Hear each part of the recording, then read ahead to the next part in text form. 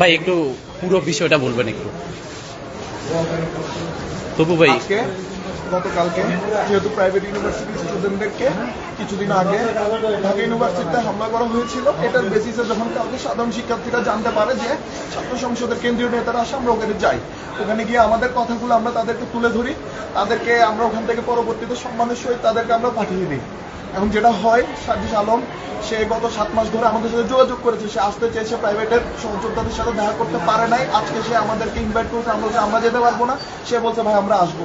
আমরা যেখানে চা খাই, যেখানে স্টুডেন্টরা সিগারেট খাই, চা খাই, আড্ডা দেয়, ওই জায়গাতে সার্জিস আলম আজকে গিয়ে ওখানে আমাদের সাথে আমাদের সহযোদ্ধাদেরকে দেখতে গেছে।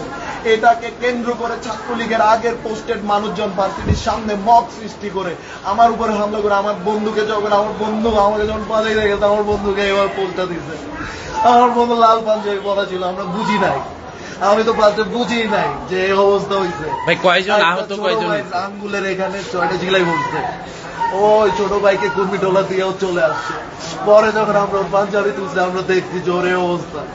আমাকে যখন প্রাইভেট থেকে 26 জুলাই গুম করছে, আমার এই বন্ধু আমার জন্য ঢাকা ছেড়ে যায় নাই, আমার ফ্যামিলির পাশে ছিল, আমি এতিম ছেলে ছিলাম, তাও যায় নাই আমার বন্ধু। এর বিচার যদি না হয় আমরা এটা ছাড়বো না, এর বিচার হইতে হবে। আমাকে তারেক রহমানের সহযোগী বলে অ্যারেস্ট করছিল, আমি ওনার কাছে এটার বিচার চাইবো। ওখানে কে কে ছিল সবার আনতাল লাগবে আমাদের। এই দেখো ওর ভিডিও কি করলো। হ্যালো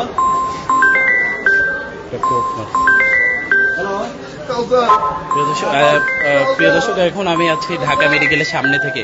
আমরা যখন বাংলাদেশ গণতান্ত্রিক ছাত্র সংসদের আমরা যারা নেতৃবৃন্দ রয়েছিলাম, আমরা যখন শুনেছি যে এমন একটি ঘটনা ঘটেছে, তখন আমরা ঢাকা মেডিকেলে আসি। এর মধ্যে আমরা কয়েকজন অজ্ঞাতনামা যে পেশেন্টগুলো রয়েছিল, আমরা কয়েকজনের সেবা প্রদান করি। তার পরবর্তী সময় আমরা এখানে দাঁড়িয়ে থাকি এবং আমাদের যে সহযোদ্ধা রয়েছেন, যার উপরে হামলা করা হয়েছে তাহমিদ ভাই, সেই তাহমিদ ভাইকে নিয়ে আমরা হসপিটালে এখন চিকিৎসার জরুরি ব্যবস্থা যতটুকু আমাদের জায়গা থেকে আমরা চেষ্টা করছি, সর্বোচ্চ ব্যবস্থা এবং আইনগতভাবে যেভাবে প্রশাসন এখানে রয়েছে, প্রশাসন তার আইনগত ব্যবস্থা নেবে, এটি কাম্য করছি।